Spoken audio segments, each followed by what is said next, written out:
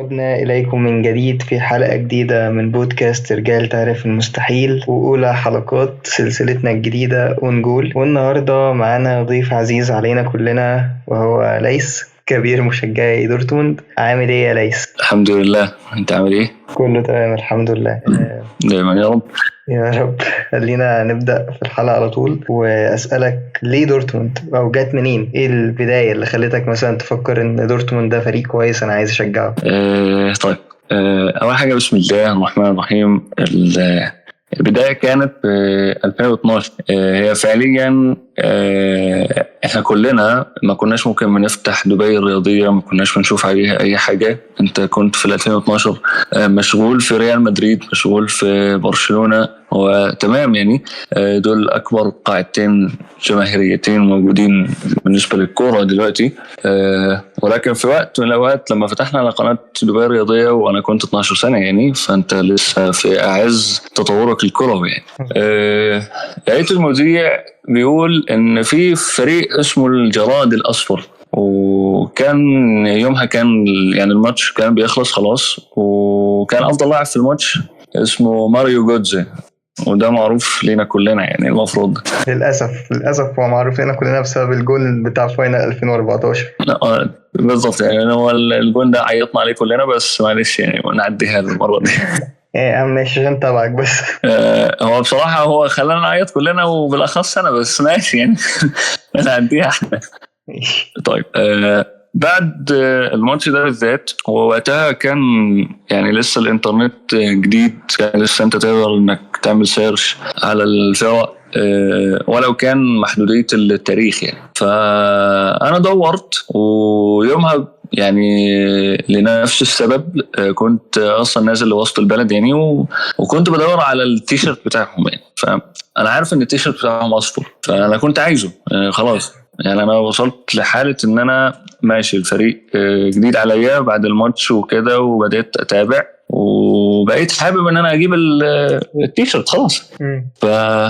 الباقي يعني ما بعد 2012 وما بعد التيشيرت اللي جبته الأول كان فعليا كان في اسم ماريو جوتزي. والباقي طبعا بالنسبة للتيشيرتات الباقي تاريخ يعني. انت بقيت كل سنة تنزل تجيب تيشيرت بروسيا دورتموند الجديد. طب بما اننا اتكلمنا مثلا في حتة السيرش والتاريخ، فهو مثلا احنا لو جينا نبص على دورتموند فهو مش نادي كبير قوي تاريخيا.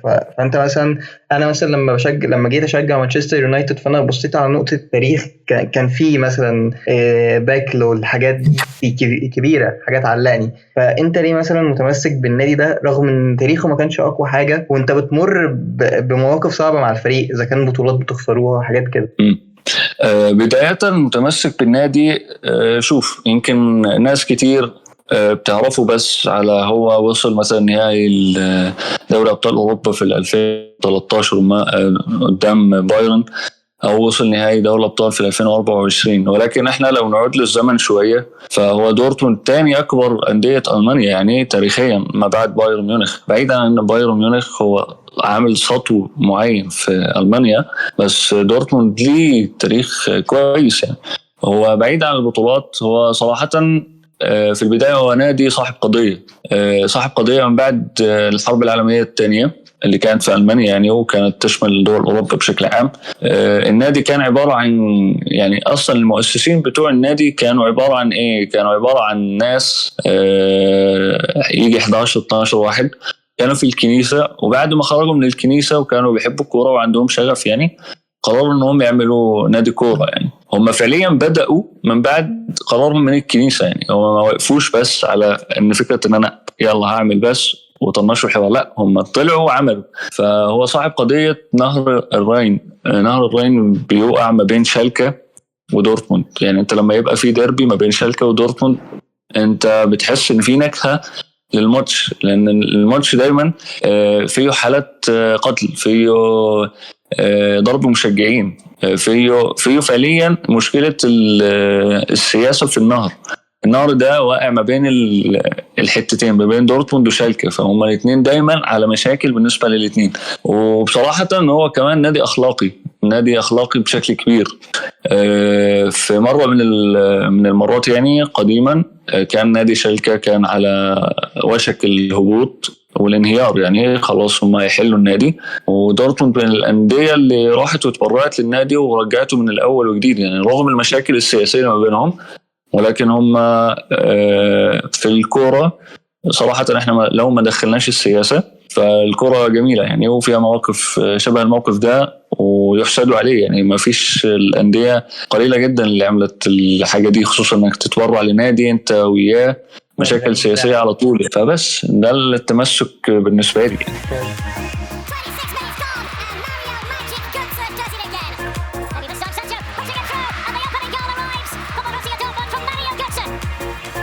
طيب خلينا مثلا اجيلك على نقطة صعبة شوية، اللي هي ايه مثلا الدوري اللي قبل اللي فات، دوري 2023 اللي انتوا فعليا كنتوا على اعتاب نقطة واحدة ان انتوا تكسبوا، كنتوا على اعتاب تعادل يكسبكوا الدوري وضاع منكم في الاخر. طيب الماتش ده بما ان انا حضرته لايف، يعني واكيد ما كنتش في الملعب، ولكن انا حضرته لايف على التلفزيون، فانا اقدر اقول لك شعوري ان انا الماتش ما كانش عامل رهبه، لان احنا كنا داخلين قدام خصم يعني المفروض ان انت تقدر تشيله، انت داخل تكسب. بالظبط، يعني انا داخل اشيله 4 مثلا، فاهم؟ والتشكيله اللي عندي تقدر انها تكسب من غير ما انا اوجه لها اي تعليمات. يعني المدرب مش محتاج ان هو يعمل اي حاجه، بس محتاج ان هو يحمس اللعيبه وينزلوا يكسبوا وخلاص. اللي حصل شوف، انت لما يبقى عندك يعني 81,300 و65 متفرج، الملعب على اكمل وجه يعني يعتبر، وصراحه دي رهبه كبيره. وانت بالظبط، يعني انت بالنسبه لجمهور دورتموند يعني هو مرعب جدا، يعني انت قدامه مفيش حل، انت لازم تكسب لان هتحصل مشكله، هتحصل مصيبه. فاحنا دخلنا الماتش وكنا متأخرين بجولين. يعني انت داخل الماتش في ارضك قدام جمهورك، وانت اصلا الحماس بتاعك ان انت المفروض انك تكسب من غير ما تلعب اصلا، وتبقى متأخر في جولين، فدي مشكلة. حلو. والفريق وقتها حاول على كتير من الأصعدة ان هو يرجع في النتيجة، ويومها ممكن انت فاكر احنا جبنا جول وضيعنا بيلن، وبعد البيلن كان الماتش غريب، يعني الاوضاع كلها غريبة. بالظبط، يعني هو دراماتيكيا احنا شوف، انا مع دورتموند يعني تعبت كتشجيع، ولكن انا ما تعبتش في حوار البطولات، لان انا لما كنت اخش في البطولة وابقى مثلا عارف ان انا هلعب ضد فرقة قوية مثلا اقوى مني وداخل على الماتش، اوكي انا عندي واثق بالفرقة، ولكن انا عندي رهبة ان انا هخسر، يعني عندي رهبة ان انا مش هكسب، انا اخش استمتع بس، فاهم؟ وده كلنا احنا دخلنا وحسيناه في ماتش ريال مدريد 2024 في نهائي ويمبلي. احنا كلنا كنا داخلين ان دورتموند هيخسر 3، هيخسر 2، بس هيقدم ماتش حلو. يعني دورتموند الشوط الاول كان المفروض ان هو يكسب، فاهم؟ بس ما كسبناش، بس دي كل الفكره يعني. بس يا باشا، ده الفكره من 2023 دوري كانت خطيته صعبه قوي، وما بعدها كمشجع صراحه يعني انا في المقام الاول. يعني انت عارف ان انا عندي اسطوره في النادي بالنسبه لي، وهو ماركو رويس. يعتبر الشبيه بتاعي حقيقي انا بتلخبط بينكم فعلا. يعني الشبيه بتاعي فانا كنت عايز يكسب حاجه، لانه صراحه الوفاء والاخلاص لنادي معين صعب تلاقيه في لاعب. يعني اوكي احنا شفناه في جيجز، شفناه في بورسكوز، شفناه في توتي، ولكن لما تيجي على نادي مش هقول لك ان هو متواضع، ليه تاريخ، ولكن النادي ده صعب اي حد يكرر مثلا مسيره ماركو رويس فيه يعني. فانا كنت عايز لقب من الالقاب ان هو يجي لي كدوري وكتكريم ليه، كتكريم ليه يعني يعتبر. هو في من الباب الكبير زي بالضبط، بس هو ما خرجش من الباب الكبير، بالعكس هو خرج وكاتب تاريخ، يعني تاريخ كبير بالنسبه للاعب في مسيرته. لعب في دورتموند وبقاله من 2011 تقريبا لحد 2024، حاجه حلوه جدا. وانا اصلا من الناس اللي كنت معترض على نزوله في نهائي دوري الابطال، انا كنت عايز الشباب اللي تنزل، وهو لو يعني قدر الله وكسبنا ويرفع الرقم بس، انما لو ينزل يلعب لا، لانه هو هياخد مساحه، هياخد كميه انتقادات، هياخد لانه هو خدها اصلا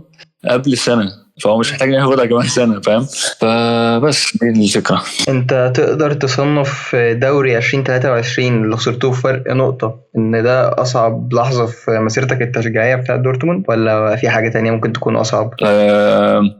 تقريبا هي تاخد انها اصعب لحظه، علشان احنا وصلنا لنقطه الفيصل زي ما بيقولوا. احنا كنا على شفا اعتاب نقطه او جون واحد وانت تقدر تاخد الدوري، وكل الامور بيدك. يعني انت كنت صاحب القرار، محدش ليه سلطه عليك. انت مش مستني لا بايرن ميونخ ولا لايبزيج ولا باير ليفركوزن، انت مش مستني اي حد من دول. واللي يخليك تزعل صراحه كصدمه كمشجع يعني ان باير ليفركوزن بعيال صغيره جاء 2024 وخد الدوري، فده بتخلي شويه الاحاسيس صعبه. Heartbreak at the death for Dortmund. Before today they held all the cards, but those cards torn and tattered with their title dreams. They had to win. طيب خلينا ننتقل لنقطة ثانية، وهي هو انت يعني انت شايف كمشجع كورة انت هتكمل تشجع النادي ده طول حياتك، ولا شايف ان انت في يوم من الايام ممكن توقف؟ ولو فعلا هتكمل لحد ما خلاص ما هبطل تشجيع كورة، او انت هتزهق وهتسيب النادي، فليه في الحالتين انك هتكمل او انك هتسيب؟ طيب هو انا ممكن اسيب تشجيع الكورة عموما مع دورتموند يعني. ممكن مش بسبب سياسة النادي، ولكن بسبب يعني النادي خلاص يعني أساطيره بتخلص. وأوكي الأرث الكروي بيفضل، ولكن أنت مش كل الناس هتيجي وتدخل النادي هتخش من النفق اللي هو النجومية ويبقوا عندهم الحماس انهم يجيبوا الدوري وما يجيبوش الدوري ويجيبوا الكاس والحاجات دي. فانت فعليا انت بالنسبة لك يعني اغلب اللعيبة اللي انت متعود عليها راحت. يعني بالنسبة لي دلوقتي اوكي عارف التشكيل عارف الناس، ولكن احنا نادي مش مضمون. ليه؟ كتير من الناس بتعتبر دورتموند هي دكان مفتوح. يعني بمعنى ان هي بتصدر لعيبه صغيره بتصدر لعيبتها النجوم والحاجات دي. فانا بالنسبه لي انا هكمل تشجيع النادي، بل وان شاء الله يعني اخلي ولادي يشجعوا النادي برضه. هم هيتعبوا قلبيا، بس الحاجه دي تلامس القلب، يعني تخلي ان انت الناس كلها مثلا انت لما تيجي تتفرج على الناس عموما في عمومها، مثلا بتشجع ريال مدريد وليفربول مثلا، حلو، تشجع ريال مدريد ومانشستر يونايتد. من جديد احنا بدأنا نشوف ناس بتشجع مثلا برشلونة وبتشجع مانشستر سيتي. بس انت تغير التفكير ومثلا انت تكون مشجع لدورتموند، فدي حاجة غريبة واحنا نعد عن اصابع، فاهم؟ فلا فكرة انا هكمل مع النادي، هكمل للآخر، لان صراحة مسيرة النجم المفضل بتاعي هو مش احسن مني يعني. انا هكمل معاه عادي، هكمل معاهم زي ما هو كمل، ولحد ما يعني ننسى الكورة ونبقى نخرف خلاص. انت ممكن تسيب النادي فعلا.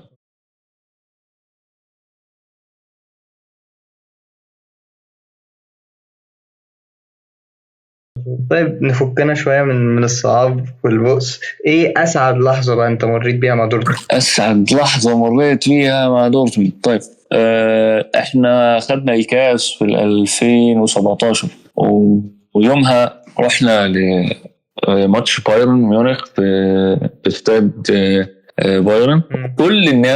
كل الناس بلا استثناء كانوا حاطين ان احنا هنخسر كلهم، يعني كل الناس كان على الفيسبوك، كان على انستجرام، كان على حتى جوجل، يعني كانوا بيتكلموا ان هيخسر دورتموند، هيخسر كام.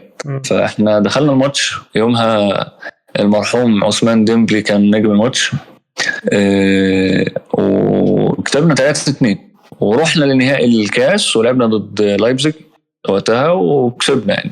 فوقتها كانت لحظة سعيدة جدا، لأن مارك رويس رفع الكاس وكان مبسوط بيه قوي، وكانت لحظة شعرية يعني. وصراحة في نقطة كمان أنا كنت مبسوط بيها يعني بالنسبة للنادي، وهي دخول إيرلينج هالاند. يعني ما تتخيلش كمية الرعب اللي كان يعملها للخصوم، يعني بعيدا ان هو بس في ألمانيا ما كانش طبيعي يا جدعان. انا بتكلم عن يعني انا كشخص حضرت ماتشات دورتموند وإيرلينج هالاند موجود، اقسم بالله ما هو طبيعي. يعني في بدايته ما كانش طبيعي، ما كانش البني ادم اللي انت تحس ان هو عاقل، لا هو مش عاقل، هو متصربع، هو مجنون. وبيتعامل معاك على كده. يعني انت بتتعامل مع المدافعين على ان هو مجنون فعلا، وبيجي ويحط 3 اهداف. بيعمل رهبة بينه وبين المدافعين. شوف في الدوري الألماني كانوا المدافعين ما يقدروش يخبطوا بيه، هو كتلته الجسمانية كانت كويسة قوي وبيشرب حليب كتير ما شاء الله يعني. فإن لما تخبط بيه كأنك خبط في حيطه، جدار عازل، انت ما فيش انك تخبط فيه. لدرجة ان في مرة اوباميكانو كان عاوز يخبطه يعني، وده في ماتش السيتي يعني، قام وقع. يعني اوباميكانو طويل وعرض بس يعني تشوف تقول وحش، خبط فعلا وقع. دي الحاجات المرعبة، ان انت لما تخش على مهاجم وتخبط فيه وما يوقعش، لا هو يفضل مكمل. زي ما انت فاكر مثلا لما ميسي في 2012 2010 كنت تخبط بيه وتضربه وتمسكه ومع كده ما يوقعش. فدي مرعبة بالنسبة للمدافع. دي مرعبة جدا، نقطة مرعبة وتتحول. يعني ده تحول شخصي للمدافع، ان هو مش قادر يقرأ دماغ اللاعب ولا قادر يخبط بيه ويوقع. فدي مشكلة. وعلى الصعيد ان انا كنت بلعب كورة، على الصعيد ده برضو بنفس الوقت انت لما تروح وتلعب وتخبطك المدافع بتوقعش وتجيب الجون، المدافع بيبقى في عنده رهبة ان هو فشل ويفشل كمان مرة ثالث مرة، خلاص هو خارج الجيم خلاص يعني. فدي نقطتين حلوين في دورتموند، كان 2017 او 2020.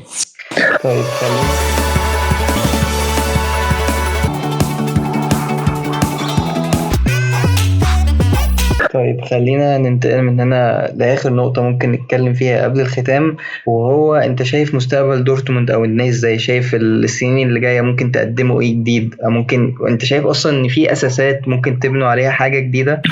شوف، هو تغيير كان في تغيير بسيط السنة ما بعد الدوري اللي احنا خسرناه.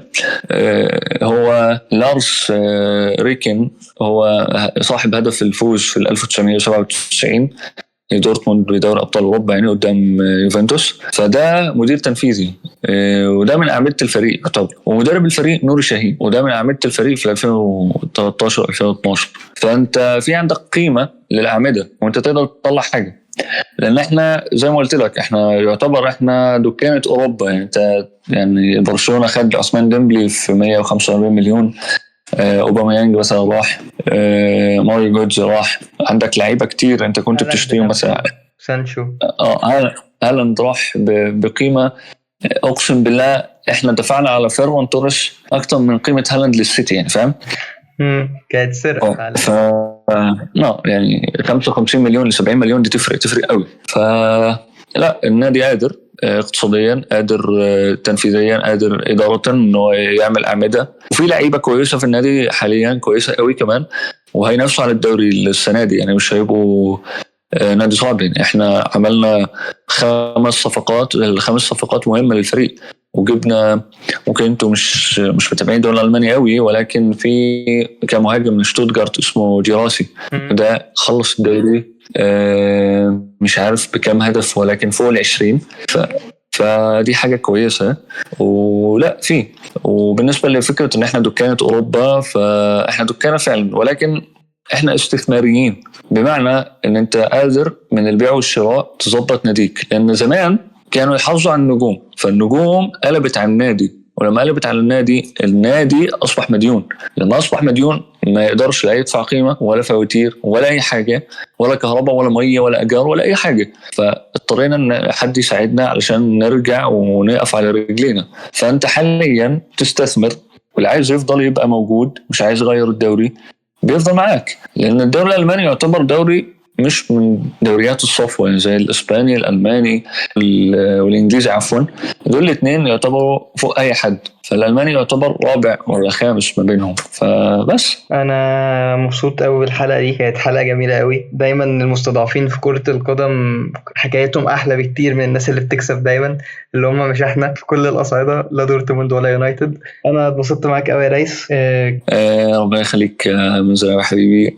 صراحة أنا مبسوط قوي، وأنا بحب أتكلم في دورتموند عموما أكتر من برشلونة. يا جماعة أنا فريقي الأول برشلونة، لكن دورتموند حاجة تانية شعرية خالص. أنا مبسوط قوي بالحلقة وجدا، أنا بحب أتكلم خصوصا بالتفاصيل يعني، وعلى أمل أن احنا نتشارك تاني المكان بإذن الله إن شاء الله. شكرا، كده خلصنا حلقتنا وبس كده. سلام عليكم.